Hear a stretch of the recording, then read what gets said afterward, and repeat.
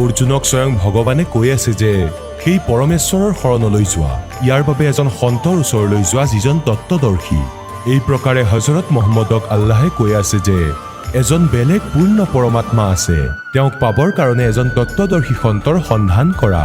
সেই প্ৰভু কোন হয় সেয়া জানিবৰ কাৰণে অনুগ্ৰহ কৰি শুনক জগতগুৰু তত্ত্বদৰ্শী সন্ত ৰামপাল দেৱ মহাৰাজৰ অমৃত বচন, সৰ্বপবিত্ৰ ধৰ্ম পবিত্ৰ শাস্ত্ৰৰ আধাৰত। পৰম পিতা পৰমাত্মা পূৰ্ণ ব্ৰহ্ম সমগ্ৰ সৃষ্টিৰ ৰচয়িতা কুল মালিক কবিৰ দেৱৰ অসীম কৃপাৰে আপোনালোক সকলো পুণ্যাত্মাই সৎসংগ শুনিবলৈ উপস্থিত হৈছে। আপোনালোকৰ সৌভাগ্য, আপোনালোকে সতলোক আশ্ৰম বৰবালা জিলা হিছাৰ হাৰিয়ানাৰ ভিতৰত আপোনালোক উপস্থিত হৈছে। কৌটি কৌটি জনমৰ পুণ্য সংস্কাৰ যি পুণ্যাত্মাৰ উদয় হয়, সেই পুণ্যকৰ্মী প্ৰাণী জিলা হিছাৰৰ বৰবালা আশ্ৰমৰ সৈতে জড়িত হয়। সেই পুণ্যাত্মাসকলৰ পূৰ্বৰ সংস্কাৰৰ গণনা হ'ব নোৱাৰে। পৰমেশ্বৰ কবিৰ দেৱ আমি সকলো আত্মাক যথাৰ্থ জ্ঞান দিয়াৰ বাবে আহে আৰু সেই জ্ঞান তেওঁ মুখ কমলেৰে স্বয়ঙে কয়। সেয়া শ্ৰীমদ ভাগৱত গীতাৰ অধ্যায় নম্বৰ 4 শ্লোক নম্বৰ 32 কৈছে যে সচিদানন্দ ঘন ব্ৰহ্মৰ বাণী ব্ৰহ্মণী মুখে অৰ্থ হ'ল সচিদানন্দ ঘন ব্ৰহ্মৰ বাণীত ধাৰ্মিক অনুষ্ঠানৰ বিষয়ে বিস্তাৰিতভাৱে কোৱা হৈছে আৰু সেই অমৰ বাণীত তত্ত্বজ্ঞানক জনাৰ পিছত প্ৰাণীয়ে পূৰ্ণৰূপেৰে মুক্তি প্ৰাপ্ত কৰে। 4ৰ্থ অধ্যায়ৰ 34 নম্বৰ শ্লোকত কৈছে যে সেই তত্ত্বজ্ঞানক যি সচিদানন্দ ঘনব্ৰহ্ম অৰ্থাৎ পৰমক্ষৰ ব্ৰহ্ম পূৰ্ণ পৰমাত্মা সত্যপুৰুষে স্বয়ঙে আহি মুখ কমলেৰে যি জ্ঞান দিয়ে সেয়া তত্ত্বজ্ঞান। সেই তত্ত্বজ্ঞানক তুমি তত্ত্বদৰ্শী সন্তৰ ওচৰলৈ গৈ বুজা। তেওঁক দণ্ডৱত প্ৰণাম কৰিলে আৰু নিষ্কপট ভাৱেৰে সৰলতাৰে প্ৰসন্ন কৰিলে সেই তত্ত্বদৰ্শী সন্তই তোমাক সেই তত্ত্বজ্ঞানৰ উপদেশ কৰিব। ইয়াৰ পৰা এইটো কথাটো সিদ্ধ হৈ গ'ল যে গীতাৰ জ্ঞানদাতা এয়া সচিদানন্দ ঘনব্ৰহ্ম নহয়, এয়া পৰমক্ষৰ ব্ৰহ্মও নহয়, এওঁ কমপ্লিট গড নহয়। আৰু দ্বিতীয়তে এইটো কথা সিদ্ধ হৈ গ'ল যে গীতাৰ জ্ঞান ইনকমপ্লিট, এয়া কমপ্লিট নহয়। কাৰণ গীতাৰ জ্ঞানদাতাই স্বয়ঙে কয় যে কোনো তত্ত্বজ্ঞান আছে আৰু সেয়া গীতাতকৈ বেলেগ। যদি গীতাৰ ভিতৰতে সেই জ্ঞান থাকিলে হয় তেন্তে সেয়া কৈ দিলে হয় যে গীতাৰ অধ্যায় নম্বৰ অমুকত আপুনি সেই জ্ঞান পঢ়ক, সেয়া তত্ত্বজ্ঞান। তেওঁ স্পষ্ট কৰিছে গীতাৰ জ্ঞানদাতাই কোনো অন্য জ্ঞান আছে যি গীতাৰ জ্ঞান যি মই দি আছোঁ তাতকৈ বেলেগ আৰু সেয়া কমপ্লিট জ্ঞান, কমপ্লিট স্পিৰিচুৱেল নলেজ। আৰু তৃতীয়তে এইটো কনচেপ্ট ক্লিয়াৰ হ'ল যে গীতাৰ জ্ঞানদাতাও সেই তত্ত্বজ্ঞানৰ সৈতে পৰিচিত নহয়। সেইবাবে তেওঁ তত্ত্বদৰ্শী সন্তৰ ওচৰলৈ গৈ তত্ত্বজ্ঞানক বুজাৰ বাবে অৰ্জুনক কৈছে। গতিকে সেই তত্ত্বদৰ্শী সন্ত পুণ্যাত্মাসকল এই দাস ৰামপাল দাস সেই তত্ত্বদৰ্শী সন্ত যি জ্ঞান শ্ৰী ব্ৰহ্মা শ্ৰী বিষ্ণু শ্ৰী শিৱৰ নাই, দেৱীৰো নাই, গীতাৰ জ্ঞানদাতা এই ক্ষৰ পুৰুষৰো নাই। সেই জ্ঞান পৰমেশ্বৰে সেই অমৃতবাণীত কবিৰ বাণীত লিখিছে আৰু কবিৰপন্থীয়েও সেই জ্ঞান বুজি নাপালে। যি সচিদানন্দ ঘনব্ৰহ্মৰ বাণী যাক সূক্ষ্ম বেদ বুলি কোৱা হয়, সেই সূক্ষ্ম বেদক যাক কবিৰপন্থী বুলি কোৱা হয় তেওঁলোকেও বুজি নাপালে। কিয়নো বেদক বুজাটো এয়া জনসাধাৰণৰ স্তৰৰ কথা নহয়। गुरु बिन काहू न पाया ज्ञान, जो थोथा भुस छड़े मूड किसान। गुरु बिन वेद पढ़े जो प्राणी, समझे न सार रह अज्ञानी। কাৰণ গুৰুৰ অবিহনে বেদক বুজি পোৱা নাযায়, আৰু গুৰুৰ অবিহনে যিয়ে বেদ পঢ়ে তেওঁলোকে সাৰ বস্তুৰ সৈতে পৰিচিত নহয়, সাৰাংশৰ কথা নাজানে। গতিকে তেওঁলোকৰ প্ৰযত্ন এনেকুৱা হয় যেনে কোনো মূৰ্খ খেতিয়কে তুঁহবোৰক গুৰি কৰি তাৰ পৰা চাউল প্ৰাপ্ত কৰাৰ চেষ্টা কৰে। যেনে ধৰক ধান খেৰৰ মুঠি পৰি আছে ক'ৰবাত, আৰু সেই মুঠিটোক কোনোবাই কোবাই আছে, আৰু যদি তাক কোনোবাই সোধে কি কৰি আছা, ধান উলিয়াই আছোঁ, তেন্তে এয়া ব্যৰ্থ প্ৰযত্ন। তেওঁ বুদ্ধিমান ব্যক্তি নহয়, তেওঁ হয়তো মদৰ নিচাত আছে অথবা পাগল। গতিকে এই প্ৰকাৰে কৈছে যে বেদ গুৰুৰ অবিহনে পঢ়াটো, এই নকলি গুৰুসকলেও বেদ পঢ়িব নোৱাৰে। আজিলৈকে যিসকল ঋষি মহৰ্ষি আছিলে সেই সকলোবোৰ নকলি, তেওঁলোক গুৰু নহয়, তেওঁলোকৰ আধ্যাত্মিক জ্ঞান শূন্য আছিল। গুৰু স্বয়ং পৰমাত্মাই আহে। তুম চাহেব তুম সন্ত হো, তুম সতগুৰু তুম হংসে,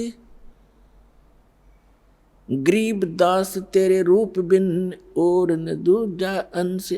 আদৰণীয় স্বামী ৰামানন্দদেৱে যেতিয়া পৰমাত্মাক সচখণ্ড সৎলোক যথাৰ্থ স্থানত দেখিলে, তেতিয়া তেওঁক ইয়াতো বাৰাণসীতো দেখিলে, কাশীত দেখিলে সেই কবিৰ ভগৱানক। তেতিয়া কৈছিলে দহু থোৰ হে এক তো और बया एक से दो। গৰীবদাস দেৱে চিত্ৰাংকন কৰি আছে, যেনেদৰে তুলসীদাসে ৰামায়ণ কৰি আছিলে। গৰীবদাস তুম হম কাৰণে তুম আয়ে হো মগজো। ৰামানন্দদেৱে কৈ আছে যে আমাৰ বাবে আপুনি সতলোকৰ পৰা গতি কৰি আহিছে। দুয়োটাত আপুনিয়ে আছে, ওপৰতো সত্যলোকতো সচখণ্ডতো আপুনি আছে, আৰু ইয়াতো আপুনিয়ে আছে। দহু ঠোৰ হে এক তো ভয়া এক সে দো, গৰীবদাস হম কাৰণে तुम आए हो मगजो। तुम साहेब तुम संत हो, तुम ही भगवान हो, परमेश्वर हो। আৰু বাস্তৱতো আপুনি সন্ত, যিগুণ সন্তৰ ভিতৰত থাকে। তুমি সৎগুৰু, সৎগুৰু মানে সঁচা জ্ঞান দিওঁতা, সকলো সৎগ্ৰন্থৰ সৈতে পৰিচিত। আপুনিয়ে হয়, আৰু আপুনিয়ে শংখ হয়। শংখ মানে বিকাৰ ৰহিত আত্মা, য'ত কোনো ধৰণৰ কোনো দুখ নাথাকে। ৰিয়েলত যিবোৰ ভগত থাকে, কোৱা হয় স্বামী ৰামানন্দদেৱে কৈ আছে বাস্তৱত ভগৱানো আপুনিয়ে হয়, যি ৰিয়েল গড হয়। আপুনি কমপ্লিট গড, আৰু আপুনি সন্ত যিয়ে শান্ত স্বভাৱৰ হয়, আৰু আপুনি সৎগুৰু, সকলোবোৰ সৎগ্ৰন্থক জানোতা। সতগুৰু কে লক্ষণ কহোঁ মধুৰে বেন বিনোদ, চাৰ বেদ ষট শাস্ত্ৰ वो कहे 18 बोध। সদগুৰুৰ লক্ষণৰ কথাও কৈ দিলে যে যি সকলো সদগ্ৰন্থৰ বিষয়ে জানোতা তেওঁই সদগুৰু হয়। গতিকে সেই সকলো সদগ্ৰন্থৰ জ্ঞান পৰমেশ্বৰে স্বয়ং সদগুৰুৰ ৰূপত আহি 600 বছৰ আগতে কবিৰ বাণীত, সচিদানন্দ ঘন ব্ৰহ্মৰ বাণীত কৈছিলে। গতিকে ইয়াত কৈছে যে সেই পৰমাত্মাই স্বয়ং আহিয়ে নিজৰ জ্ঞান দিয়ে। তেওঁ বাস্তৱত গুৰু হয়, আৰু তেওঁৰ দ্বাৰা কোৱা অমৃতবাণী লিপিবদ্ধ কৰা হয়। যি সূক্ষ্ম বেদ আছে, যি সচিদানন্দ ঘনব্ৰহ্মৰ বাণী আছে, সেয়া কবিৰ বাণী। সেই সূক্ষ্ম বেদক কবিৰপন্থীয়ে বুজি নাপালে। সাধাৰণ সমাজটো বহুত দূৰত আছে তাৰ বিধান আৰু পৰমাত্মাৰ জ্ঞানৰ পৰা। যিসকলে নিজকে কবিৰপন্থী বুলি কয় তেওঁলোক নকলি হয় সকলো, কাৰণ তেওঁলোকৰ তাত কবিৰ চাহেবৰ যথাৰ্থ জ্ঞান নাই, তেওঁলোকৰ যথাৰ্থ ভক্তিবিধি নাই। গতিকে সেইবাবে তাৰ পিছত পৰমাত্মাই স্বয়ং অন্য মহাপুৰুষসকলকো লগ কৰিলে, নিজৰ সাক্ষী বনাবলৈ যে কবিৰ ইজ গড। পুণ্যাত্মাসকল, পৰমাত্মাৰ যি জ্ঞান আছে পৰমাত্মাই দিব পাৰে। জীৱই নিজৰ নিজৰ শক্তিৰ বলেৰে অথবা নিজৰ অভ্যাস প্ৰযত্নৰে পৰমাত্মাক জানিব নোৱাৰে। যদি জানিব পাৰিলে হয় তেন্তে তেওঁলোকে 1000 বছৰ মেডিটেশ্যন সমাধি কৰি চাই লৈছিলে। এতিয়া যি 2.5 ঘণ্টা ৰাতিপুৱা 2.5 ঘণ্টা গধূলি ভক্তি কৰি মুক্তিৰ দাবী জনাই সেয়া ফোপোলা দাবী হয়। 1000 বছৰ তেওঁলোকে এই শৰীৰক বহুত কষ্ট দি চালে, কিন্তু শেষত কৈ দিলে যে গড ইজ ফৰ্মলেছ, পৰমাত্মা নিৰাকাৰ, পৰমাত্মাৰ কেৱল প্ৰকাশহে দেখা পোৱা যায়। গতিকে পৰমাত্মাক দেখা নাপায়। যদি পৰমাত্মাৰ কেৱল প্ৰকাশহে দেখা পোৱা যায় তেন্তে বিনা পৰমাত্মাৰ প্ৰকাশ ক'ৰ পৰা আহিল? এয়াতো এনেকুৱা যেনে আমাৰ শৰীৰ। এয়া এনেকুৱা হয় যেনে কোনো সৰোবৰ পুখুৰীৰ ওচৰত ঘৰ বনোৱা আছে, কোনো মহল বনোৱা আছে, আৰু সেই সূৰ্যৰ পোহৰ সেই সৰোবৰৰ পানীৰ পৰা ৰিফ্লেক্ট হৈ প্ৰতিবিম্ব হৈ আৰু সেই ঘৰটোৰ কোনো ছাদত পৰি আছে। গতিকে তাত যি পোহৰ পৰি আছে সেয়া সূৰ্যৰ হয়, কিন্তু সেয়া সূৰ্য নহয়। আৰু কোনোবাই যদি কয় সেয়া পোহৰটো সূৰ্যৰ হয় যিটো আমি ঘৰত পৰা দেখি আছোঁ, কিন্তু সূৰ্য নিৰাকাৰ, তেন্তে তেওঁ বুদ্ধিমান ব্যক্তি হয় জানো? গতিকে এই শৰীৰৰূপী মহলত সেই পৰমাত্মাৰ ৰিফ্লেক্টেড মানে প্ৰতিবিম্বৰ দ্বাৰা হোৱা যি পোহৰ, যি প্ৰতিবিম্ব দেখা পায় এওঁলোকে, আৰু শেষত তেওঁলোকে এইটোৱেই মানি ল'লে যে পৰমাত্মা নিৰাকাৰ, পৰমাত্মাৰ কেৱল পোহৰহে দেখা পোৱা যায় ত্ৰিকুটিত, অথবা য'ত তেওঁলোকে ধ্যানৰ ব্যৰ্থ প্ৰযত্ন কৰে। গতিকে পোহৰ বিনা পৰমাত্মাৰে পোহৰ ক'ৰ পৰা আহিল? গতিকে পৰমাত্মা নিৰাকাৰ কেনেকৈ হ'ল যদিহে তেওঁৰ পোহৰ দেখা পাইছা? নিশ্চয় আছে। গতিকে সূৰ্যক নিৰাকাৰ বুলি কোৱাসকল আৰু সূৰ্যৰ পোহৰ দেখা দাবী জনাওঁতাসকল তেওঁলোক বুদ্ধিহীন প্ৰাণী। গতিকে এই স্থিতি বুজিয়েই জানি ল'বা যে এই অজ্ঞানী ঋষি মহাঋষি আৰু আজিলৈকে যিসকল পৰমাত্মাৰ সৈতে অপৰিচিত সন্ত তেওঁলোকে এয়াই থিয়ৰী কৈছে। লাগিলে তেওঁলোক ৰাধাস্বামী পন্থৰ সৈতে জড়িত হওক, অথবা ধন সদগুৰুৰ পন্থৰ সৈতে, নাইবা জয়গুৰু পন্থৰ, অথবা কোনো অন্য। আজিলৈকে আপোনালোকে যিমানবোৰ সন্ত ঋষি মহৰ্ষি যাৰ পৰা বিচাৰ শুনে তেওঁলোকে ক'ব পৰমাত্মা নিৰাকাৰ। আৰু যিসকলে নিৰাকাৰ আৰু সাকাৰ দুয়োটা স্থিতিৰ কথা কয় তেওঁলোক একেবাৰে অজ্ঞান। তেওঁলোকে কয় পৰমাত্মা মূলতেতো নিৰাকাৰেই হয়, কিন্তু ইয়ালৈ সাকাৰ হৈ আহে, যেনে শ্ৰী ৰাম আৰু শ্ৰীকৃষ্ণৰ ৰূপত। কিবা কথা হ'ল? তেন্তে নিৰাকাৰ আৰু সাকাৰ বেলেগ কেনেদৰে হ'ল? সাকাৰ অথবা নিৰাকাৰ বুলি মানা? কোনো বস্তু দুয়োটা সঁচা হ'ব নোৱাৰে। যদি কোনোৱে কয় অন্ধও হয় দেখাও পায়, এইটো হ'ব নোৱাৰে। অন্ধ যদি অন্ধই, তেওঁ দেখা নাপায়, আৰু যদি দেখে অন্ধ কেনেকৈ? নিৰাকাৰ যদি সাকাৰ কেনেকৈ হ'ল? সাকাৰ যদি নিৰাকাৰ কেনেকৈ? গতিকে যিসকল মহাপুৰুষক পৰমাত্মাই স্বয়ং লাভ কৰিলে, নিজৰ চেষ্টাৰে পুণ্যাত্মাসকল আজিলৈকে কোনেও ভগৱানক পোৱা নাই। ৰাজ্যও ত্যাগ কৰিলে, পৰিয়ালো ত্যাগ কৰিলে, জংঘললৈ বনলৈ গৈ গুফাটো থাকি চালে, ধূনা লগায়ো চেষ্টা কৰিলে, চাৰিওফালে জুই লগায়ো, আৰু নিজৰাটো থিয় হৈ সাধকসকলে পৰমাত্মাক প্ৰাপ্ত কৰাৰ চেষ্টা কৰিলে, কিন্তু অল ইন ভেইন, মানে সকলো নিষ্ফল হ'ল। কাৰণ তেওঁলোকৰ সাধনা একৰ্ডিং টু দ্য শাস্ত্ৰ নাছিলে। তেওঁলোকৰ সাধনা শাস্ত্ৰ অনুকূল নাছিলে, মনে সজা আচৰণ আছিলে। আৰু এতিয়াও যিসকলে মনৰ মতে আচৰণ কৰি আছে তেওঁলোকেও নিজৰ জীৱন ব্যৰ্থ কৰি আছে। যেনেকৈ শ্ৰীমদ ভাগৱত গীতা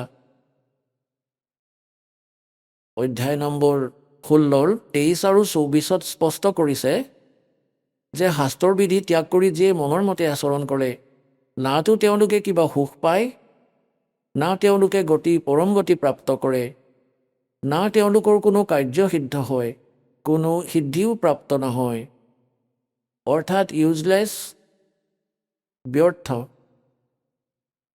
গতিকে গীতাৰ অধ্যায় নম্বৰ 16 শ্লোক নম্বৰ 24 স্পষ্ট কৰিছে, সেইবাবে তোমাৰ বাবে অৰ্জুন কৰ্তব্য আৰু অকৰ্তব্যৰ ব্যৱস্থাত সদগ্ৰন্থই প্ৰমাণ। সদগ্ৰন্থৰ আধাৰতে তুমি নিজৰ কোনটো সাধনা কৰিব লাগে, কোনটো সাধনা কৰিব নালাগে এয়া নিৰ্ণয় কৰিবা। কোনো দন্ত কথা লোকবেদত বিশ্বাস নকৰিবা। গতিকে যিমানেই এয়া কৈ আছে যে পৰমাত্মা নিৰাকাৰ হয়, তেওঁ ক'তো নাথাকে, তেওঁৰ কোনো বডি নাই, পৰমাত্মা বডিলেছ হয়, গতিকে এওঁলোক ভ্ৰমিত, তেওঁলোকৰ একো জ্ঞান নাই আধ্যাত্মিক মাৰ্গৰ। আৰু যিসকল মহাপুৰুষক পৰমাত্মাই আহি লগ কৰিলে, তেওঁ স্বয়ঙেই আহি লগ কৰিলে, তেওঁৰ এটা বিধান আছে, তেওঁ এনেকুৱা লীলাই কৰে যি আমাৰ বেদে প্ৰমাণ দি আছে।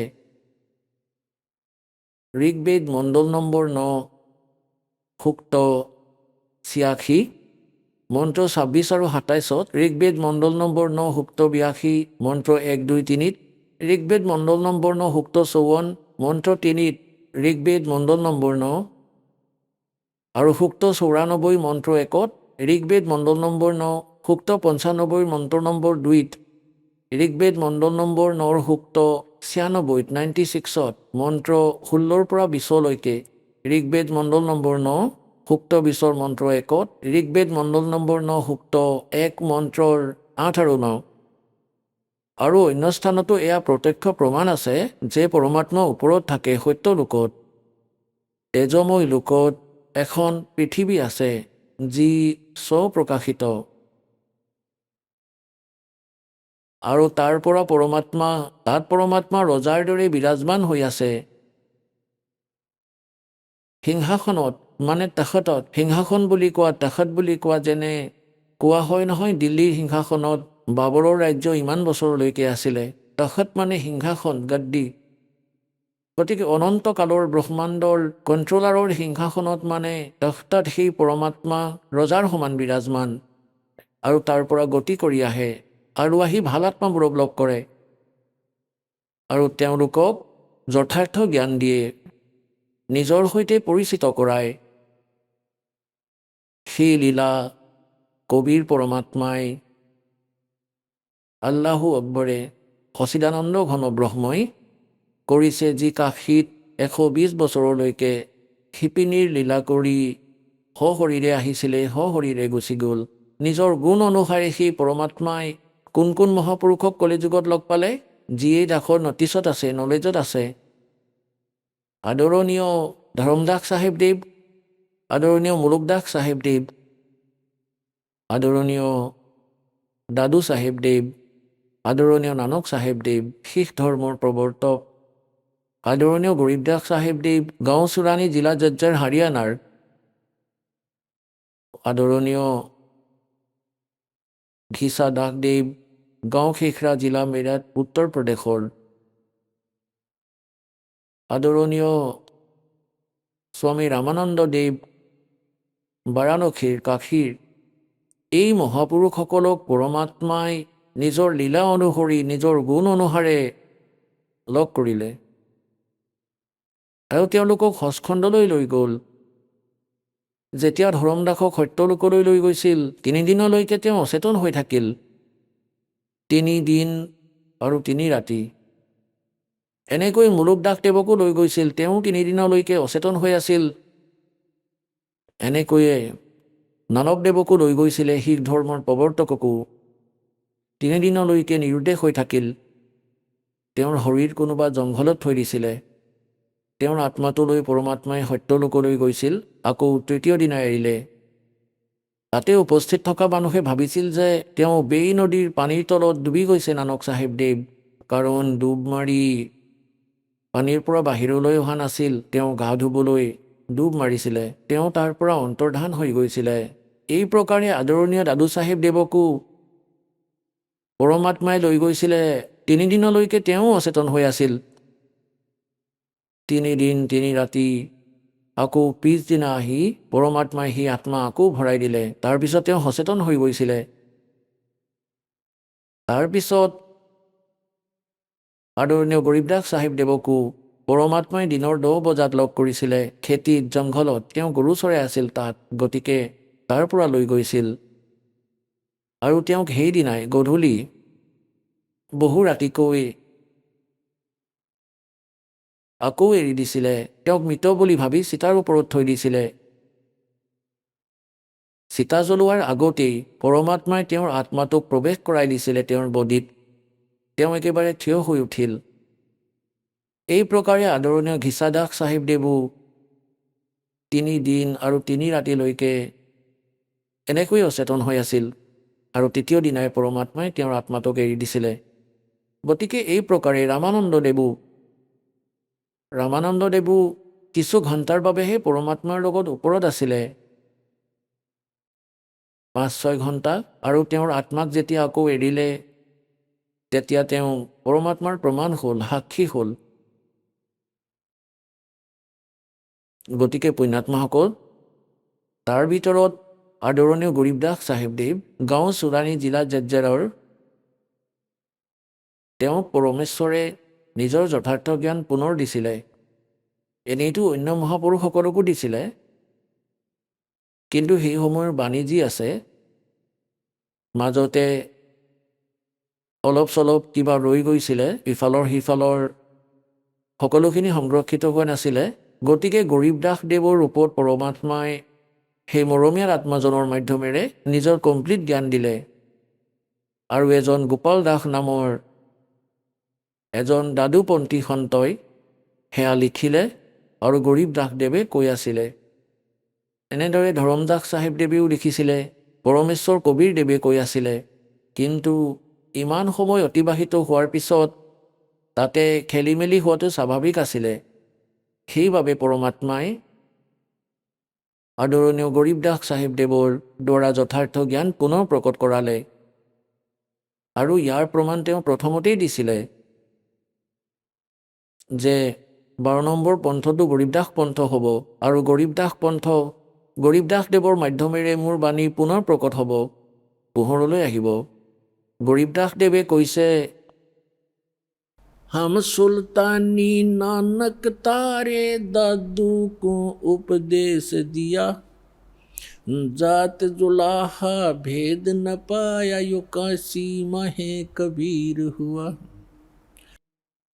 গৰীবদাস চাহেবদেৱে কৈ আছে যে মই, ইনক্লুডিং মি, মানে গৰীবদাস সহিতে, নানকদেৱক, আব্ৰাহাম চুলতান অধমক আৰু দাদুদেৱক কোৱা হয়। গৰীবদাস চাহেবদেৱে কৈছে আমাক সকলোকে পাৰ কৰালে কোনে? পৰমাত্মা কবীৰদেৱে। আৰু কোন হয় কবীৰদেৱ? যিয়ে ধানক ৰূপত, শিপিনী ৰূপত কাশীত 120 বৰ্ষলৈকে আছিলে। সেই পৰমক্ষৰ ব্ৰহ্ম, সেই সত্য পুৰুষ, তেওঁ অকাল মূৰত হয়, তেওঁ শব্দস্বৰূপী ৰাম হয়। हम सुल्तानी नानक तारे दादू को उपदेश दिया, जात जुलाहा भेद न पाया वो काशी महे कबीर हुआ। अनंत कोटि ब्रह्मांड का एक रति नहीं भारे, सतगुरु पुरुष कबीर हैं कुल के सिरजनहार। আদৰণীয় নানক চাহেবদেৱে কৈছে,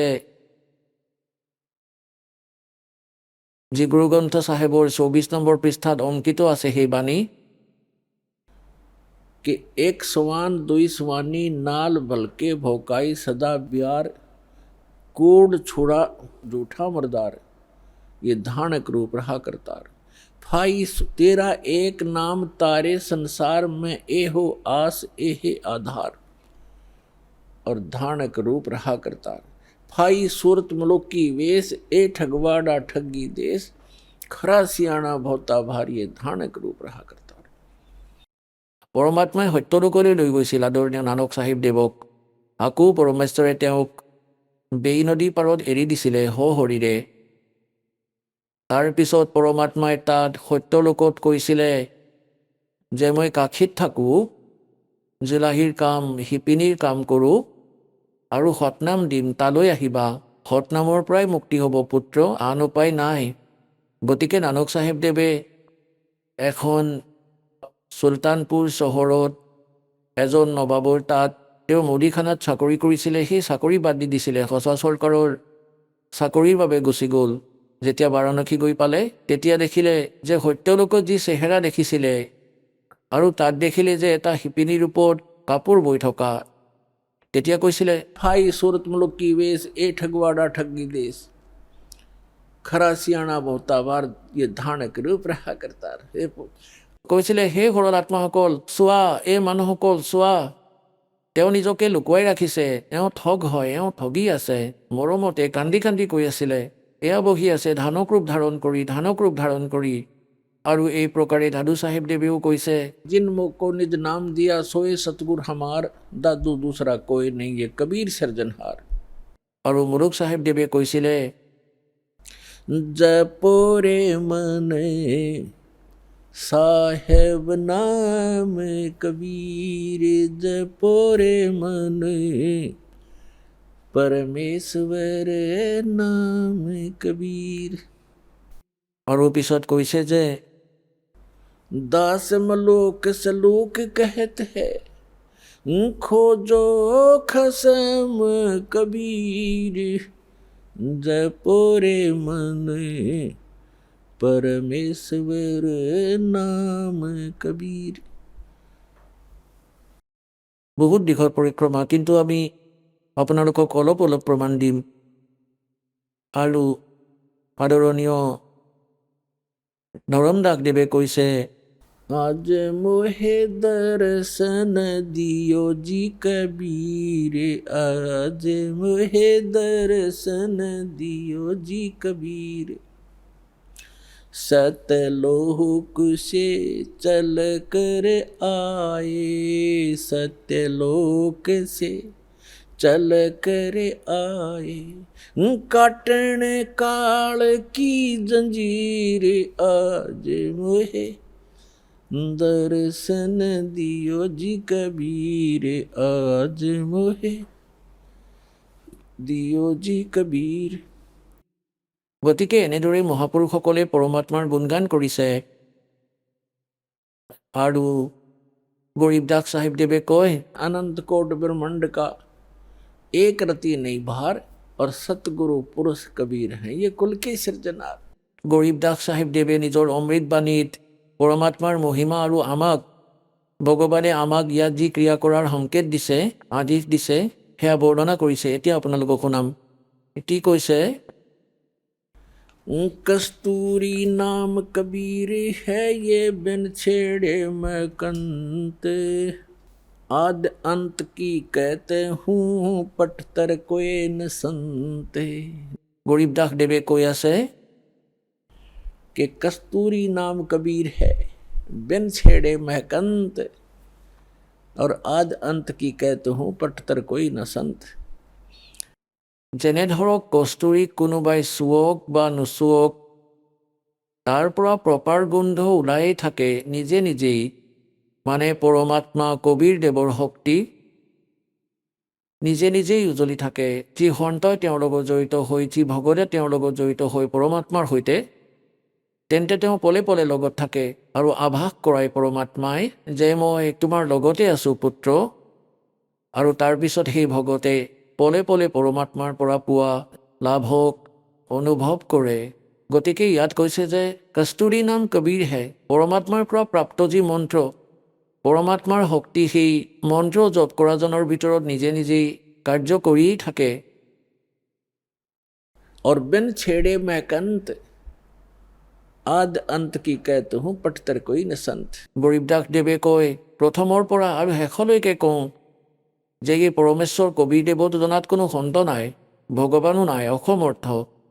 चिदानंद चंदन कला अवगत लहर उठंत, और झिन्न आकार अजोख पद त्रिकुटी में दिखंत। त्रिकुटी भिरकुटी मेट दे, घट के घाट अनंत, और घट मठ से न्यारा रहे जाका आदि ने अंत। এতিয়া কি কৈছে যে তোমালোকে যি এই বডিত পৰমাত্মাক চোৱাৰ চেষ্টা কৰা, ইয়াৰ ভিতৰত কেৱল তুমি পৰমাত্মাৰ প্ৰতিবিম্বকে দেখা পাবা। সেই পৰমাত্মা য'ত থাকে সেই স্থান বেলেগ হয়, আৰু তালৈ যোৱাৰ বিধিও সেই সূক্ষ্মবেদতেই বৰ্ণিত আছে, অন্য কোনো গ্ৰন্থতেই নাই। नैनो मद निरखत रहे अवगत नाम कबीरे, बेड़ा पार लगाए हूँ सुरत सरोवर तीरे। दो नैनों बिच कमल है उजल हिरंबर धामे, शेष शेष पुन रटत हैं जिन्होंने पाया वो राम। शेष 88 ना गए 24 पर चोखे 33 पर तलब है कोई बकरा कोई भूखे शेष 88 ना गए 24 पर चोखे 33 पर तलब है कोई बकरा कोई भूखे এতিয়া পৰমাত্মাই কি কৈছে গৰীব দাসে পৰমাত্মাৰ মহিমা কৈ আছে যে যি স্থানলৈ আমি যাব লাগিব যলৈ যোৱাৰ পিছত সাধকে কোনো বৃদ্ধাৱস্থা আৰু মৃত্যুৰ কষ্ট নাপায় তাত কোনো বস্তুৰে অভাৱ নাই সেয়া সুখৰ সাগৰ তালৈ যোৱাৰ যি সাধনা আছে হয়তো সেয়া পৰমাত্মাই স্বয়ঙে আহি কয় অথবা সেই মহাপুৰুষসকলে প্ৰাপ্ত কৰিছে যাৰ বিষয়ে এই দাসে এতিয়া আপোনালোকৰ সন্মুখত তেওঁলোকৰ শুভনাম কৈছে কিন্তু আমি সেই মহাপুৰুষসকলক কোনো মহত্ব নিদিলোঁ সেই সময়ত যি সময়ত তেওঁলোক প্ৰকট আছিলে তেওঁলোক যোৱাৰ পিছত যদিও আমি বহুত অনুগামীও হ'লোঁ কিন্তু যি ৰহস্য আছে সেয়া লুকুৱাই তেওঁলোকৰ এফিডেফিট অমৃত বাণীত এফিডেফিট বনাই গ'ল লিখি থৈ গ'ল সেইবোৰ তেওঁলোকেহে বুজিব পাৰিব তাত ক'ত ৱৰ্ড থাকে তেওঁলোক যোৱাৰ পিছত তেওঁলোক ইয়াৰ পৰা যোৱাৰ পিছত বহুত অনুগামীও হ'ল কিন্তু তেওঁলোকৰ সেই সংকেতবোৰ বুজিব নোৱাৰিলে সেই মহাপুৰুষসকলে কি ক'ব বিচাৰিছিল সমাজে স্বীকাৰ নকৰিলে আপোনালোকে দেখিব পাৰিছে যে আদৰণীয় নানক চাহেবদেৱৰ কিমান অনুগামী আছিল তেতিয়া কেৱল কিছু সংখ্যকহে আছিল তেওঁ যোৱাৰ পিছত আপোনালোকে দেখিছে কোটিৰ সংখ্যাত শিখ হৈ গ'ল শিষ্য হৈ গ'ল যদি সেই সময়ত কোনোবাই যদি ভালদৰে সুধিলে হয় তেওঁক হাতযোৰ কৰিলে হয় তেওঁৰ ৰহস্য কৈ দিলে হয় কিন্তু সেই সময়ত আমি তেওঁৰ মূল্য বুজি নাপালোঁ তেনেকৈয়ে কবিৰ পৰমেশ্বৰদেৱো আহিছিলে তাৰে জনতাই পৰমেশ্বৰক বুজি নাপালে তেতিয়া পৰমাত্মাই নিজৰ ক'ড ৱৰ্ড লিখি গুচি গ'ল ঠিক এনেদৰে গৰীব দাস চাহেবদেৱক মুলুক দাস চাহেবদেৱক দাদু চাহেবদেৱক পালে সেই সময়ত তেওঁক কোনেও নুসুধিলে একো মহত্ব নিদিলে যাৰ বাবে তেওঁৰ নিজৰ ক'ড ৱৰ্ড লুকুৱাই গুচি গ'ল এতিয়া সেই সকলো সাংকেতিক শব্দক সেই ৰহস্য অদ্ভুত ৰহস্যক উজাগৰ কৰিবলৈ বুদ্ধি এই দাসক দিলে কবিৰ ভগৱানে গতিকে সকলো সদগ্ৰন্থৰ সকলো মহাপুৰুষৰ শুভ সংকেত আছে আৰু ৰহস্যময় সংকেত আছে সেইবোৰ ক'বৰ বাবে এই দাসৰ ওপৰত কৃপা কৰিছে আৰু সেয়া আপোনালোকৰ সন্মুখত আনি ৰাখিছে ইয়াৰ লাভ লওক এতিয়া কি কৈছে যে যি জ্ঞান পৰমাত্মাই স্বয়ঙে আহি দিয়ে সেয়া হৈছে মূল জ্ঞান তত্ত্বজ্ঞান আৰু সেয়া নুবুজি এই 88,000 ঋষি कहते शेष 88 ही ना गए और 24 पर चौखे 88,000 ঋষি আছে বুলি মনা হয় সনাতন ধৰ্ম অনুসৰি আৰু 24টা অৱতাৰ আছে বুলি মনা হয় 25 নম্বৰজন আহিবলৈ বাকী আছে গতিকে এইটো কৈছে যে তোমালোকে নিজৰ কথা কোৱা এই সাধনাৰে পাৰ হোৱাৰ কথা কোৱা সেই 88,000 ঋষিয়ে যাব নোৱাৰিলে আৰু এই 24 নম্বৰ অৱতাৰজনেও সেই স্থান প্ৰাপ্ত কৰিব নোৱাৰিলে আৰু 33 কোটিটা দেৱতা আছে বুলি মনা হয় कहते 33 पर तलब है कोई बकरा कोई बोके सुर नर मुनिजन 33 करोड़ी बंदे सभी नरंजन डोरी এই 33 কোটি দেৱতা এওঁলোক কালৰ জালত বন্ধা আছে তেওঁলোকৰ যথাৰ্থ জ্ঞান নাই এতিয়া পুণ্যাত্মাসকল ইয়াত এটা ডাঙৰ শংকা হৈ যায় ভকতসকলৰ যে 88,000জন ঋষি এওঁলোকক মহাপুৰুষ বুলি কয় তেওঁলোকো পাৰ নহ'ল পুণ্যাত্মাসকল এইবোৰ ক'লেই নহয় প্ৰমাণেৰে সিদ্ধ হ'ব যে নাটো ব্ৰহ্মা বিষ্ণু মহেশ্বৰৰ জ্ঞান আছিলে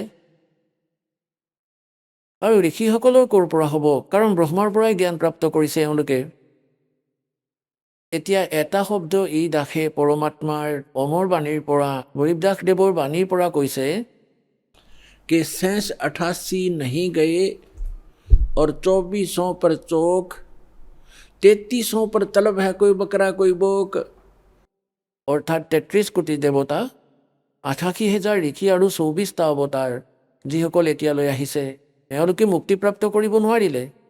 কিয় কৰিব নোৱাৰিলে? কাৰণ এওঁলোকৰ তাত আধ্যাত্মিক জ্ঞান নাছিল, সেই তত্ত্বজ্ঞান নাছিলে, যি শ্ৰীমদ ভাগৱত গীতাৰ অধ্যায় নম্বৰ 4 শ্লোক নম্বৰ 32 কৈছে যে সেই সচিদানন্দ ঘনব্ৰহ্মৰ বাণীত সেই অমৃত জ্ঞান, সেই তত্ত্বজ্ঞান আছে, যি তেওঁ নিজৰ মুখ কমলেৰে কৈছে। তাত বিস্তাৰিতভাৱে সাধনা লিখা আছে, যজ্ঞ অৰ্থাৎ ধাৰ্মিক অনুষ্ঠানৰ বিষয়ে কৈছে। সেয়া জনাৰ পিছত মুক্তিপ্ৰাপ্ত হ'ব। 4 অধ্যায়ৰ 34 নম্বৰ শ্লোকত গীতাৰ জ্ঞানদাতাই কৈছে যে অৰ্জুন, সেই তত্ত্বজ্ঞানক, যি সচিদানন্দ ঘনব্ৰহ্মৰ বাণীত লিখা আছে, সেই জ্ঞানক তুমি তত্ত্বদৰ্শী সন্তৰ ওচৰলৈ গৈ বুজা। তেওঁক দণ্ডৱত প্ৰণাম কৰিলে, কপটতা এৰি সৰলতা পূৰ্বক প্ৰশ্ন কৰিলে তত্ত্বদৰ্শী সন্তই তোমাক সেই তত্ত্বজ্ঞানৰ উপদেশ কৰিব। গতিকে ইয়াৰ পৰা সিদ্ধ হ'ল যে গীতাৰ জ্ঞানদাতাও সেই তত্ত্বজ্ঞানৰ সৈতে অপৰিচিত। যিহেতু তত্ত্বজ্ঞানৰ সৈতে অপৰিচিত, তেন্তে মুক্তি ক'ৰ পৰা হ'ব তেওঁলোকৰ? গতিকে এয়া আণ্ডাৰষ্টুড হয় পুণ্যাত্মাসকল, যে এতিয়ালৈকে এই ঋষি মহৰ্ষিসকলে আৰু এই দেৱতাসকলে আধ্যাত্মিক মাৰ্গৰ কৌশল নাজানিছিলে, কেৱল ভ্ৰমিত হৈ থাকিল। সিদ্ধিপ্ৰাপ্ত কৰি লৈ আকাশলৈ উৰি যোৱাৰ, পৃথিৱীৰ ওপৰত যোৱাৰ, সাগৰৰ পানী পি খোৱাৰ, এয়াতো নিজৰ জীৱন নাশ কৰাৰ এটা চমৎকাৰ হয়। আৰু মুক্তি প্ৰাপ্তিৰ বাবে মন্ত্ৰৰ যি আধাৰ আছে তেওঁলোকে প্ৰাপ্ত কৰিব নোৱাৰিলে। এতিয়া ইয়াত প্ৰমাণ চাওঁ। শ্ৰী ব্ৰহ্মাদেৱৰ পৰা জ্ঞান প্ৰাপ্ত কৰিছে এই সকলো ঋষি মহৰ্ষিসকলে। আৰু ব্ৰহ্মাদেৱৰ কিমান জ্ঞান আছে? ব্ৰহ্মাদেৱৰ পৰা জ্ঞান বিষ্ণুদেৱে প্ৰাপ্ত কৰিছে, আৰু ব্ৰহ্মাদেৱৰ পৰা শিৱৰ জ্ঞান প্ৰাপ্ত হৈছে, আৰু ব্ৰহ্মাদেৱৰ সৈতে দেৱীৰ প্ৰাপ্ত হ'ল। এতিয়া ব্ৰহ্মাদেৱৰ কিমান জ্ঞান আছে সেইটো কম। এয়া চাওঁ তেওঁলোকৰে সদগ্ৰন্থত। চাওক, এয়া সচিত্ৰমতা টাইপ, এয়া ইয়াৰ পৰা প্ৰকাশিত। ইয়াৰ সম্পাদক কোন হয়? হনুমান প্ৰসাদ পোদ্দাৰ, শ্ৰীমন লাল গোস্বামী। আৰু এয়া গীতা প্ৰেছ, গৌৰৱপুৰৰ পৰা প্ৰকাশিত।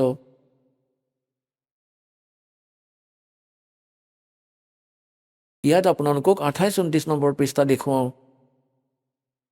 এয়া হ'ল প্ৰথমটো স্কন্ধ,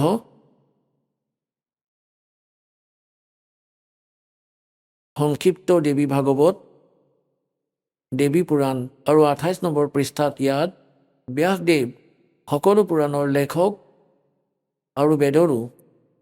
নাৰদদেৱে ক'লে, মহাভাগ ব্যাসদেৱ, আপুনি যে এই বিষয়ে সুধি আছে, ঠিক এই প্ৰশ্ন মোৰ পিতায়ো ভগৱান শ্ৰী হৰিক কৰিছিলে। দেৱাদিদেৱ ভগৱান জগতৰ স্বামী লক্ষ্মী তেওঁৰ সেৱাত উপস্থিত থাকে। দিব্য কৌস্তৱ মণিয়ে তেওঁৰ শোভা বঢ়ায়। তেওঁ শংখ চক্ৰ গদালৈ থাকে, পীতাম্বৰ ধাৰণ কৰে, 4টা বাহু আছে। বক্ষস্থলত শ্ৰীবংশৰ চিহ্ন উজলি থাকে। তেওঁ চৰাচৰ জগতৰ আশ্ৰয়দাতা হয়, জগতগুৰু এবং দেৱতাৰো দেৱতা হয়।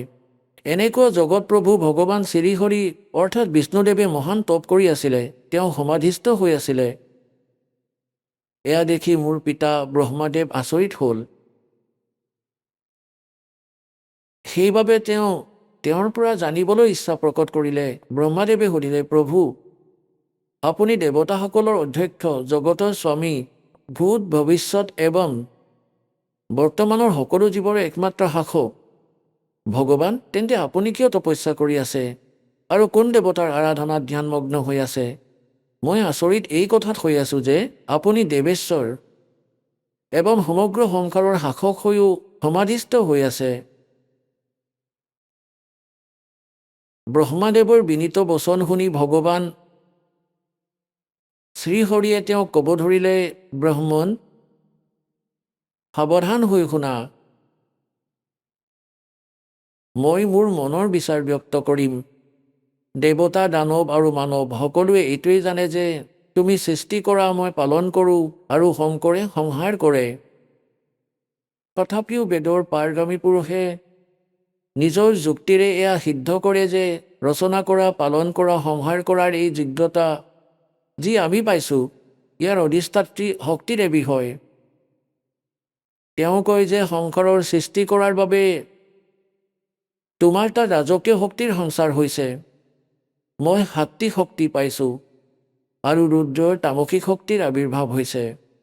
সেই শক্তিৰ অভাৱত তুমি এই সংসাৰৰ সৃষ্টি কৰিব নোৱাৰা। মই পালন কৰাৰ বাবে সফল হ'ব নোৱাৰোঁ আৰু ৰুদ্ৰৰ দ্বাৰাও সংহাৰ কাৰ্য হোৱাৰ সম্ভাৱনা নাই। ব্ৰহ্মাদেৱ, আমি সকলো সেই শক্তিৰ সহায়তে নিজৰ কাৰ্যত সদায় সফল হৈ আহিছোঁ। সুব্ৰত, প্ৰত্যক্ষ আৰু পৰোক্ষ দুয়োটা উদাহৰণেই তোমাৰ সন্মুখত ৰাখোঁ, শুনা। এইটো নিশ্চিত যে মই সেই শক্তিৰ অধীন হৈয়ে শেষ নাগৰ বিচনাত শুওঁ আৰু সৃষ্টি কৰা অৱসৰ আহিলেই মই জাগি উঠোঁ। মই সদায় তপ কৰাতে লাগি থাকোঁ। সেই শক্তিৰ শাসনৰ পৰা কেতিয়াও মুক্ত হৈ থাকিব নোৱাৰোঁ। কেতিয়াবা অৱসৰ পালে লক্ষ্মীৰ সৈতে সুখপূৰ্বক সময় অতিবাহিত কৰাৰ সৌভাগ্য প্ৰাপ্ত কৰোঁ। মই কেতিয়াবা দানৱৰ সৈতে যুদ্ধ কৰোঁ। অখিল জগতক ভয়ভীত কৰা দৈত্যসকলৰ বিকট শৰীৰক শান্ত কৰাটো মোৰ পৰম কৰ্তব্য হৈ যায়। আকৌ ইয়াত কৈছে, মই সকলো প্ৰকাৰে শক্তিৰ অৰ্থাৎ দুৰ্গাৰ অধীন হৈ থাকিব লাগে। সেই ভাগৱতী শক্তিৰেই অৰ্থাৎ দুৰ্গাৰ মই নিৰন্তৰ ধ্যান কৰোঁ। মই তেওঁৰেই ভক্তি কৰোঁ, সাধনা কৰোঁ। ব্ৰহ্মাদেৱ, মই জনাত মোৰ স্পিৰিচুৱেল নলেজ মতে এই ভাগৱতী শক্তিতকৈ অৰ্থাৎ দুৰ্গাতকৈ ডাঙৰ কোনো দেৱতা নাই, ভগৱান নাই। এতিয়া পুণ্যাত্মাসকল, শ্ৰী ব্ৰহ্মাদেৱ, শ্ৰী বিষ্ণুদেৱ, নাৰদ আৰু ব্যাসদেৱৰ জ্ঞানৰ স্তৰ আপোনালোকে গম পালে যে ব্ৰহ্মাদেৱেতো শ্ৰী বিষ্ণুদেৱক সৰ্বেশ্বৰ, সকলো জগতৰ ৰচয়িতা, সকলোৰে পালনহাৰ বুলি কৈছে। আৰু বিষ্ণুদেৱে কৈ আছে, মইতো দুৰ্গা দেৱীৰ ওপৰত কাকো ভগৱান বুলিয়ে নামানো। দুৰ্গাই সকলো আৰু মই তেওঁৰ বাহিৰে কোনো দেৱতা, কোনো ভগৱানৰ সৈতে পৰিচিত নহয়। তেওঁৰ বাহিৰে কোনো শক্তিয়েই নাই। আহি গ'ল স্তৰ শ্ৰী বিষ্ণুৰ জ্ঞানৰ, আৰু এওঁৰ পৰাই জ্ঞান প্ৰাপ্ত কৰিছে শ্ৰী শংকৰদেৱে। এতিয়া পুণ্যাত্মাসকল, শ্ৰীদেৱীৰ আকৌ জ্ঞান কেনেকুৱা, তেওঁৰ ওচৰলৈ লৈ যাওঁ আপোনালোকক। এয়া চাব, 562 নম্বৰ পৃষ্ঠাৰ 7ম স্কন্ধ। এই পবিত্ৰ পুৰাণৰে 7ম স্কন্ধ, সংক্ষিপ্ত দেৱী ভাগৱত 562 নম্বৰ পৃষ্ঠাত। দেৱীৰ দ্বাৰা হিমালয়ক জ্ঞানৰ উপদেশ। দেৱীয়ে হিমালয় ৰজাক জ্ঞান দি আছে আৰু ব্ৰহ্মৰ বিষয়ে তথ্য দি আছে, ব্ৰহ্মস্বৰূপৰ বৰ্ণনা। শ্ৰীদেৱীয়ে ক'ব ধৰিলে, পৰ্বতৰাজ প্ৰথমতে নিজৰ বিষয়ে কৈছে, তাৰপিছত কৈছে সেই ব্ৰহ্মৰ কি স্বৰূপ হয় সেইটো কৈছে, যি প্ৰকাশৰূপ, যি সকলোৰে অত্যন্ত সমীপত স্থিত, হৃদয় ৰূপ গুহাত স্থিত হোৱাৰ বাবে গুহাচৰ নামেৰে প্ৰসিদ্ধ মহান পদ অৰ্থাৎ পৰম প্ৰাপ্য হয়। সেয়া সমস্ত প্ৰজাৰ জ্ঞানতকৈ বেলেগ, অৰ্থাৎ কাৰো বুদ্ধিলৈ নাহে। সেয়া তুমি জানা, যি পৰম প্ৰকাশ ৰূপ হয়, যি সূক্ষ্মতকৈও অত্যন্ত সূক্ষ্ম হয়, য'ত সম্পূৰ্ণ লোক আৰু সেই লোকত নিবাস কৰা প্ৰাণী স্থিত, সেয়াই এই অক্ষৰ ব্ৰহ্ম হয়। তেওঁৱেই সকলোৰে প্ৰাণ আৰু এয়াই সকলোৰে বাণী হয়, এয়াই সকলোৰে মন হয়। এয়াই হৈছে পৰম সত্য আৰু অমৃত অবিনাশী তত্ত্ব হয়। সৌম্য, ভেদিব পৰা যোগ্যক লক্ষ্যক তুমি ভেদ কৰা, মন লগাই তাত তন্ময় হৈ যোৱা। সৌম্য উপনিবেশত কথিত মহান অশ্বৰূপী ধেনুলৈ তাত উপাসনাৰ দ্বাৰা তীক্ষ্ণ কৰা বাণ সন্ধান কৰা, আৰু তাৰপিছত ভাৱনাগত চিত্তৰ দ্বাৰা সেই বাণডাল টানি সেই অক্ষৰৰূপী ব্ৰহ্মকে লক্ষ্য বনাই প্ৰাপ্ত কৰা। প্ৰণৱ মানে ওমটো ধেনু হয়, জীৱাত্মা বাণ আৰু ব্ৰহ্মক তাৰ লক্ষ্য বুলি কোৱা হয়।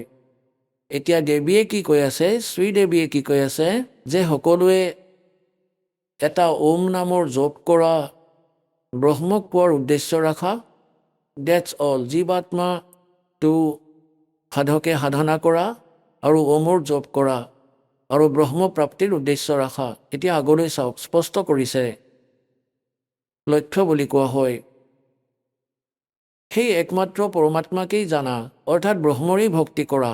দেৱীয়ে কৈ আছে, আন কথাবোৰ এৰি দিয়ক। দুৰ্গা দেৱীয়ে নিজৰ সাধনাকো কৰাৰ বাবে মানা কৰি আছে, কেৱল ব্ৰহ্মৰ পূজা কৰা। আৰু বিষ্ণুদেৱে কৈ আছে যে মই দেৱীতকৈ ওপৰত কোনো শক্তিকেই নামানো, কোনো ভগৱানেই নাই, মই জ্ঞাতই নহয়। তেন্তে এয়া কেনেকৈ হ'ব? যাক আমি সমৰ্থবান শক্তি ভগৱান বুলি মানি পূজা কৰিছিলোঁ, তেওঁ নিজেই কৈ আছে যে মই দুৰ্গাতকৈ ওপৰত কোনো ভগৱানকেই চিনি নাপাওঁ, তেওঁৰ ওপৰত কোনো শক্তিয়েই নাই। আৰু দুৰ্গাই কৈ আছে ব্ৰহ্মৰ পূজা কৰা, সকলো কথা বাদ দিয়া, মোৰ পূজাও বাদ দিয়া। তেন্তে কি জ্ঞান আছিল বিষ্ণুদেৱৰ আৰু কি জ্ঞান আছিল ব্ৰহ্মাদেৱৰ? আৰু শংকৰদেৱে তেওঁৰ পৰাই জ্ঞান প্ৰাপ্ত কৰিছে। গতিকে ইয়াৰ পৰা গম পাব যে যি দাসে এই শব্দ কৈ আছে আৰু পৰমাত্মাই যি নিজৰ বাণীত লিখিছে कि 88 नहीं गए और 24 पर चौक और 33 पर तलब है, कोई बकरा कोई बोक। स्वर नर मुनिजन 33 करोड़ी स्वर देवता। আৰু এই 33 কোটি মুনিজন সকলো 33 কোটি দেৱতা, এওঁলোক কালৰ জালত আছে, তেওঁলোকৰ ওপৰৰ জ্ঞান নাই। ইয়াৰেই সত্য সাধনা যি সিহঁতৰ স্তৰৰ সেয়া কৰি কৰি নিজৰ জীৱন ইয়াতে ব্যয় কৰি আছে। এতিয়া দুৰ্গা দেৱীয়ে কি কৈ আছে? সেই একমাত্ৰ পৰমাত্মাকেই জানা, বাকী সকলো কথা বাদ দিয়া। এয়াই অমৃতৰূপী পৰমাত্মাৰ ওচৰলৈ লৈ যোৱাৰ দলন। সংসাৰ সমুদ্ৰৰ পৰা পাৰ হৈ অমৃতৰূপী পৰমাত্মাক প্ৰাপ্ত কৰা এয়া সুলভ সাধন হয়। যি প্ৰকাৰে ৰথ ইয়ালৈ আহোঁ, এই আত্মাৰ ওম নামৰ জপৰ সৈতে ধ্যান কৰা ব্ৰহ্মৰ, আৰু ইয়াৰ দ্বাৰা অজ্ঞানময় অন্ধকাৰৰ পৰা আৰু সংসাৰ সমুদ্ৰৰ পৰা সিপাৰে যি ব্ৰহ্ম আছে তেওঁক পাব। ওম নামৰ জপ কৰা, ব্ৰহ্মক পোৱাৰ উদ্দেশ্য ৰাখা, তেতিয়া ব্ৰহ্মক পাই যাবা, তেতিয়া তোমাৰ কল্যাণ হ'ব। আৰু ক'ত থাকে সেই ব্ৰহ্ম? তেওঁ এই সকলোৰে আত্মা ব্ৰহ্ম, ব্ৰহ্মলোকৰূপী দিব্য আকাশত স্থিত। এতিয়া দুৰ্গা দেৱীয়ে এইটো স্পষ্ট কৰি দিছে যে মোৰ ভক্তি এৰি দিয়া, কেৱল এক ব্ৰহ্মৰ পূজা কৰা, আৰু সেই ব্ৰহ্মৰ সাধনা ওম নামৰ জপেৰে হয়, নাথিং এলছ। আৰু তেওঁ ক'ত থাকে? ব্ৰহ্মলোকত। ইমানেই। দেৱীয়ে যি সাধনাৰ কথা কৈছে, তেওঁ নিজতকৈ বেলেগ ভগৱানৰ কথা কৈছে, ব্ৰহ্ম। তেওঁৰ কেৱল এক ওম মন্ত্ৰৰ কথা কৈছে। আৰু ওম নামৰ জপেৰে ক'লৈ যাব প্ৰাণী? ব্ৰহ্মলোকলৈ গুচি যাবা, তোমাৰ কল্যাণ হ'ব। ইমানখিনি কল্যাণ হ'ব পাৰে ওমৰ পৰা। এতিয়া এই গীতাৰ জ্ঞানদাতা ব্ৰহ্ম হয়। গীতা অধ্যায় নম্বৰ 8 শ্লোক নম্বৰ 13 গীতাৰ জ্ঞানদাতাই কৈছে ওম ইতি একাক্ষৰম ব্ৰহ্ম ব্যৱহাৰণ মামনুসমৰণ ये परियाति তজন দেহম সয়াতি পৰমাম গতিম। মাম ব্ৰহ্ম অনুবাদ কৰ্তাসকলে ইয়াত অলপ ভুল কৰি থৈছে। মই ব্ৰহ্মৰ কেৱল এটা ওম মন্ত্ৰ আছে। আপোনালোকক দেখুৱাওঁ, শ্ৰীমদ ভাগৱত গীতা চাব। এয়া জয়দয়াল গোয়েনিকা ইয়াৰ অনুবাদক হয়, আৰু গীতা প্ৰেছ গৌৰৱপুৰৰ পৰা এয়া প্ৰকাশিত। গীতাৰ অধ্যায় নম্বৰ 8 শ্লোক নম্বৰ 13 আপোনালোকক দেখুৱাই আছোঁ। শ্ৰীমদ ভাগৱত গীতা অধ্যায় 8 আৰু শ্লোক নম্বৰ 13। ইয়াত আমি সংস্কৃতিও পঢ়িম। ওম ইতি একাক্ষৰম ব্ৰহ্ম ব্যৱহাৰণ মামনুসমৰণ ये परियाति তজন দেহম সয়াতি পৰমাম গতিম। ইয়াত কি কৈছে? মাম ব্ৰহ্ম, মই ব্ৰহ্মৰ কেৱল এটা ওম আখৰ আছে। ওম এয়া এটা আখৰ হয়। উচ্চাৰণ কৰি স্মৰণ কৰি ইয় প্ৰিয়াতি তজম দেহম, যিয়ে শৰীৰ ত্যাগ কৰি যায় ওম নামৰ স্মৰণ কৰি সয়াতি পৰমাম গতিম, তেওঁ ওমৰ পৰা পোৱা পৰম গতি প্ৰাপ্ত কৰে। এয়া শ্ৰী দেৱীয়ে দেৱী পুৰাণত স্পষ্ট কৰি দিছে। ওম নামৰ জপ কৰাজনে ব্ৰহ্মৰ সাধনা কৰে, ব্ৰহ্মক প্ৰাপ্ত কৰে আৰু ব্ৰহ্মলোকত থাকে। এতিয়া শ্ৰীমদ ভাগৱত গীতা অধ্যায় নম্বৰ 8 শ্লোক নম্বৰ 16 কৈছে যে ব্ৰহ্মলোকলৈ যোৱা সাধকেও উভতি আহি পুনৰাবৃত্তিলৈ আহে। তেওঁলোকৰ জন্ম মৃত্যু হয়, তেওঁলোকে মুক্তি প্ৰাপ্ত কৰিব নোৱাৰে, পূৰ্ণ মুক্তি প্ৰাপ্ত কৰিব নোৱাৰে। চাব, শ্ৰীমদ ভাগৱত গীতাৰ অধ্যায় নম্বৰ 8 আৰু শ্লোক নম্বৰ 16। হে অৰ্জুন, ব্ৰহ্মলোক পৰ্যন্ত সকলো পুনৰাবৃত্তিত আছে। ইয়াত চাব, এওঁলোকে ইয়াত ষ্টাৰ লগাই থৈছে, ষ্টাৰ ইয়াত।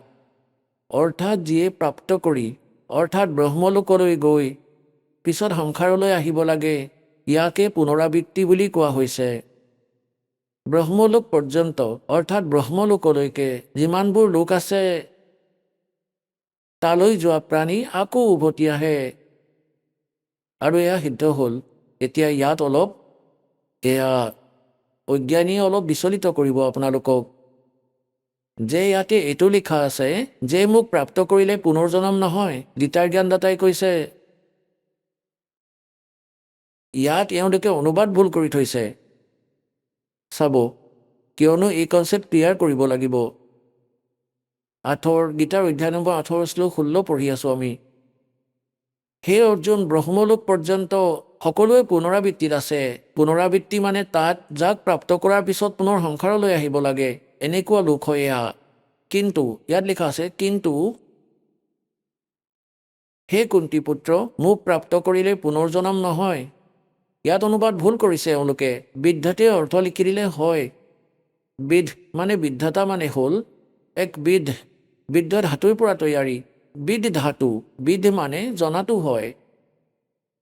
বিদিতে মানে ন বিদিতে মানে যি এওঁলোকে নাজানে যে ব্ৰহ্মলোকলৈ যোৱা প্ৰাণীও পুনৰাবৃত্তিত থাকে, তেওঁলোকে মোক প্ৰাপ্ত কৰিও পুনৰ জনম প্ৰাপ্ত কৰি থাকে। অৰ্জুন, ইয়াৰ অৰ্থ এইটো হয়। এওঁলোকে ভুল কৰিছে। ইয়াৰ অৰ্থ এইটো হয় যি এওঁলোকে নাজানে যে ব্ৰহ্মলোকলৈ যোৱা প্ৰাণীও পুনৰাবৃত্তিত থাকে, তালৈ যোৱাৰ পিছতো তেওঁলোকৰ পুনৰ্জনম হয়েই। গতিকে তেওঁলোকে মোক প্ৰাপ্ত কৰিও, মোৰ সাধনা কৰিও পুনৰাবৃত্তিতেই আছে। তেওঁলোকৰ পুনৰ্জনম হয়। অৰ্জুন, যি এওঁলোকে নাজানে, এয়া চাওক, তেতিয়া বুজি পাব। ইয়াত লিখা আছে अब्रह्मभुवनात् लोका पुनरावर्तिन अर्जुन। यह कहता है कि माम उपेते तु कौन्ते पुनर्जन्म। মোক প্ৰাপ্ত কৰাৰ পিছতো পুনৰ্জন্ম হয়। ন বিদেতে মানে এওঁলোকে যি নাজানে যে अब्रह्मभुवनात् लोका পুনৰাवर्তিন अर्जुन মাম উपेते तु कौन्ते पुनर्जन्म। মোক প্ৰাপ্ত কৰিতো অৰ্জুন পুনৰ্জন্মই হয়। যি এওঁলোকে নাজানে, যি এয়া নাজানে এওঁলোকে যে মোক প্ৰাপ্ত কৰিও পুনৰ্জন্ম হয়, কাৰণ মই ব্ৰহ্মলোকত থাকোঁ। আৰু ব্ৰহ্মলোকলৈ যোৱা প্ৰাণী পুনৰাবৃত্তিত থাকে। সেই সাধকসকলৰো পুনৰ্জন্ম হয়, যি তেওঁলোকে এইটো নাজানে যে ব্ৰহ্মলোকলৈ যোৱা প্ৰাণীয়ে পুনৰাবৃত্তি পুনৰ্জন্মলৈ আহে। মোক প্ৰাপ্ত কৰিও তেওঁলোকে পুনৰ্জন্মই প্ৰাপ্ত কৰে। ইয়াৰ চিধা অৰ্থ এইটোৱেই। যদি এওঁলোকৰ অৰ্থ মানো যে মোক প্ৰাপ্ত কৰিলে পুনৰ্জন্ম নহয়, এয়া নিজেই কৈছে গীতাৰ জ্ঞানদাতাই অধ্যায় নম্বৰ 4 শ্লোক নম্বৰ 5 আৰু 9 চাব। শ্ৰীমদ ভাগৱত গীতা অধ্যায় নম্বৰ আপোনালোকক এয়া 4 হয়। ইয়াৰ মন্ত্ৰ নম্বৰ 5 ইয়াৰ পৰা আৰম্ভ হয় আৰু ইয়াৰ অনুবাদ ইয়াত আছে। হে পৰাত্তপ অৰ্জুন, তোমাৰ আৰু মোৰ বহুত জনম হৈছে। গীতাৰ জ্ঞানদাতাই কৈছে হে পৰত্তপ অৰ্জুন, মোৰ আৰু তোমাৰ বহুত জন্ম হৈ গৈছে। সেই সকলোবোৰ তুমি নাজানা, কিন্তু মই জানো। আৰু ইয়াত চাওক নোট, অধ্যায় 4 মন্ত্ৰ 9 কৈছে যে অৰ্জুন, মোৰ জন্ম আৰু কৰ্ম দিব্য হয়, অলৌকিক হয়। অৰ্থাৎ জন্ম আৰু মৃত্যু হয়েই গীতাৰ জ্ঞানদাতাৰ। অধ্যায় নম্বৰ 2 শ্লোক নম্বৰ 12 চাব। অধ্যায় নম্বৰ 2 শ্ৰীমদ ভাগৱত গীতা আৰু শ্লোক নম্বৰ 12। ইয়াত কৈছে যে নাটো এনেকুৱা হয় যে মই কোনো কালতে নাছিলোঁ, অথবা তুমি নাছিলা, অথবা এই ৰজাসকল নাছিলে। আৰু নাটো এনেকুৱা হয় যে ইয়াতকৈ পিছত আমি সকলোৱে নাথাকোঁ। ইয়াৰ পৰা সিদ্ধ হ'ল যে গীতাৰ জ্ঞানদাতাই কৈছে তোমাৰ আৰু মোৰ আগতেও জন্ম হৈছিলে আৰু আগলৈও হৈ থাকিব। এতিয়া গীতাৰ অধ্যায় নম্বৰ 2 শ্লোক নম্বৰ 17 গীতাৰ জ্ঞানদাতাই কৈছে যে অবিনাশীটো সেইজন হয় যিয়ে সমগ্ৰ ব্ৰহ্মাণ্ড ৰচনা কৰিছে, তেওঁক মাৰিবলৈ কোনো সক্ষম নহয়। চাব অধ্যায় নম্বৰ 2 আৰু শ্লোক নম্বৰ 17। ইয়াত কৈছে যে নাশৰহিত বুলি সেইজনক জানা, যাৰ পৰা এই সম্পূৰ্ণ জগত ব্যাপ্ত। এই অবিনাশীজনৰ বিনাশ কৰিবলৈ কোনো সমৰ্থবান নহয়। ইয়াৰ পৰা সিদ্ধ হ'ল যে গীতাৰ জ্ঞানদাতাতকৈ কোনো অন্য হয় সক্ষম আৰু সমৰ্থবান আৰু অবিনাশী পৰমাত্মা। গীতাৰ অধ্যায় নম্বৰ 10 শ্লোক নম্বৰ 2 গীতাৰ জ্ঞানদাতাই স্বয়ং কৈছে যে অৰ্জুন মোৰ উৎপত্তিৰ বিষয়ে না কোনো দেৱতাই জানে না ঋষিয়ে, কাৰণ এই সকলোৰে উৎপত্তিৰ কাৰণ ময়ে, কাৰণ এই সকলোৱে কালৰ পৰাই উৎপন্ন হৈছে, ব্ৰহ্মৰ পৰা। গীতাৰ জ্ঞানদাতা ব্ৰহ্ম হয়, ইয়াক ক্ষৰ পুৰুষ বুলি কৈছে। শ্ৰীমদ ভাগৱত গীতাৰ অধ্যায় নম্বৰ 15 শ্লোক 16-17 তিনিজন পুৰুষ আছে, ক্ষৰ পুৰুষ আৰু অক্ষৰ পুৰুষ। ক্ষৰ পুৰুষেই ব্ৰহ্ম হয়, যি গীতাৰ জ্ঞানদাতা, যি শ্ৰীকৃষ্ণক প্ৰৱেশ কৰি কৈ আছে তেওঁ কেৱল 21 ব্ৰহ্মাণ্ডৰ প্ৰভু হয়, স্বামী হয়, মালিক হয়। আৰু অক্ষৰ পুৰুষ তেওঁ 7 সংখ্য ব্ৰহ্মাণ্ডৰ স্বামী হয়, 7 সংখ্য ব্ৰহ্মাণ্ডৰ ইমানেই তেওঁ মালিক, স্বামী হয়, প্ৰভু হয়। আৰু গীতাৰ অধ্যায় নম্বৰ 15 শ্লোক নম্বৰ 17 কৈছে যে উত্তম পুৰুষ তুমি অন্য। উত্তম পুৰুষ অৰ্থাৎ শ্ৰেষ্ঠ পৰমাত্মা, পুৰুষোত্তমটো কোনো আন হয়। এই দুয়ো ক্ষৰ আৰু অক্ষৰ পুৰুষৰ পৰা, আৰু তেওঁকেই পৰমাত্মা বুলি কোৱা হয়। পৰমাত্মা ইতি উদাহৰতে उत्तम पुरुषत्व अन्य परमात्मा इति उदाहरत ये लोक तरम आविश्य विवर्ती अवैश्वर। যিয়ে তিনি লোকত প্ৰৱেশ কৰি সকলোৰে ধাৰণ পোষণ কৰে, তেওঁ অবিনাশী ভগৱান।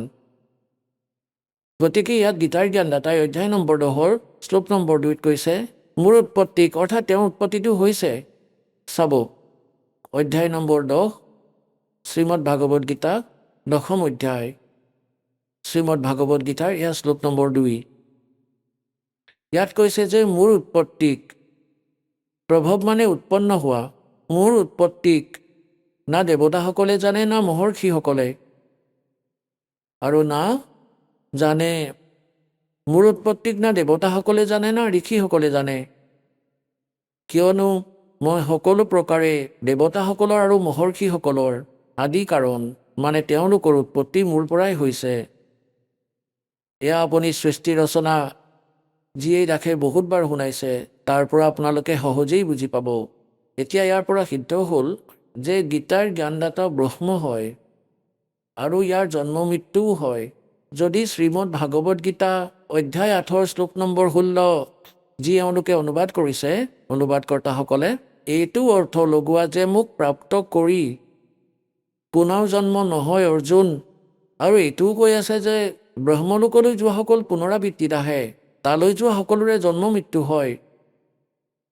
গতিকে তাৰ অৰ্থই ভুল। বাস্তৱিকতা এয়া যে গীতাৰ জ্ঞানদাতাই কৈছে মই ব্ৰহ্ম হওঁ, মোৰ ওম নাম আছে, আৰু ওম নামৰ জপেৰে যাৰ মুক্তি হয় সেই পৰম গতি মোৰ স্তৰৰেই হয়। তাৰ বিষয়ে শ্ৰীদেৱীয়ে স্পষ্ট কৰি দিছে 7ম স্কন্ধত 562 পৃষ্ঠাত, সচিত্ৰ মতা টাইপ গীতা প্ৰেছ গোৰখপুৰৰ পৰা প্ৰকাশিত খনত। দেৱীয়ে হিমালয়ক কৈ আছে যে ওম নামৰ জপ কৰা, ব্ৰহ্মক কোৱাৰ উদ্দেশ্য ৰাখা, ইয়াৰ পৰা তোমাৰ কল্যাণ হৈ যাব, তুমি তালৈ গুচি যাবা, তেওঁক প্ৰাপ্ত কৰিবা। তেওঁ ক'ত থাকে? ব্ৰহ্মলোকত থাকে। আৰু ইয়াতো 8ম অধ্যায়ৰ 13 নম্বৰ শ্লোকত গীতাৰ জ্ঞানদাতাই কৈছে মই ব্ৰহ্মৰ কেৱল ওম মন্ত্ৰ আছে, নাথিং এলছ। আৰু ওম নামৰ জপ কৰি তাৰ পৰা পাব লগা পৰম গতি প্ৰাপ্ত কৰিবা। 8ম অধ্যায়ৰ 16 নম্বৰ শ্লোকত লিখিছে যে ব্ৰহ্মলোকলৈ যোৱা সকলো পুনৰাবৃত্তিত আছে, তেওঁলোকৰ জন্ম আৰু মৃত্যু হয়, ইতি সিদ্ধাম। এতিয়া গীতাৰ জ্ঞানদাতা নিজৰো জন্ম মৃত্যু হয় বুলি কৈছে, তেন্তে তেওঁৰ সাধকৰো জন্ম মৃত্যু সদায় থাকিব। যদি সদায় জন্ম মৃত্যু হৈয়ে থাকে তেন্তে সেই জীৱ সুখী হ'ব নোৱাৰে, তেওঁ পৰম শান্তি পাব নোৱাৰে। সেইবাবে গীতাৰ জ্ঞানদাতা নিজতকৈ বেলেগ সেই সমৰ্থবান আৰু অবিনাশী পৰমাত্মাৰ শৰণলৈ যোৱাৰ কথা কৈছে। শ্ৰীমদ ভাগৱত গীতা অধ্যায় নম্বৰ 18 শ্লোক নম্বৰ 62 গীতাৰ জ্ঞানদাতাই কৈছে অৰ্জুন তুমি সৰ্বভাৱেৰে সেই পৰমেশ্বৰৰ শৰণলৈ যোৱা, অৰ্থাৎ কোনো অন্য হয় তেওঁ। এয়া চাব শ্ৰীমদ ভাগৱত গীতা অধ্যায় 18 শ্লোক নম্বৰ 62 পঢ়িম আমি।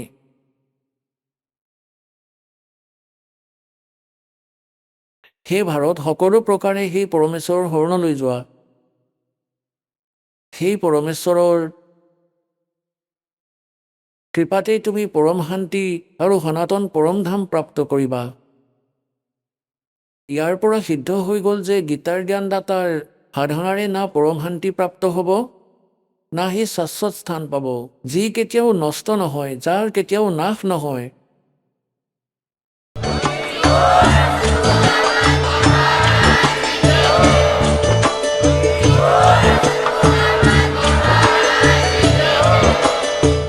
আপুনি শুনি আছিলে জগতগুৰু তত্ত্বদৰ্শী সন্ত ৰামপালদেৱ মহাৰাজৰ মংগল প্ৰবচন।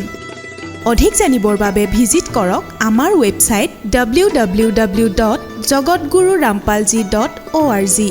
সন্ত ৰামপালদেৱ মহাৰাজৰ শুভ আশীৰ্বাদত সমগ্ৰ বিশ্বতে 500তকৈও অধিক নাম দীক্ষা কেন্দ্ৰ আছে, য'ত সন্ত ৰামপালদেৱ মহাৰাজৰ দ্বাৰা বিনামূলীয়া নাম দীক্ষা দি থকা হৈছে। আপোনাৰ নিকটৱৰ্তী নাম দীক্ষা কেন্দ্ৰৰ ঠিকনা জানিবলৈ সম্পৰ্ক কৰক 8222880541।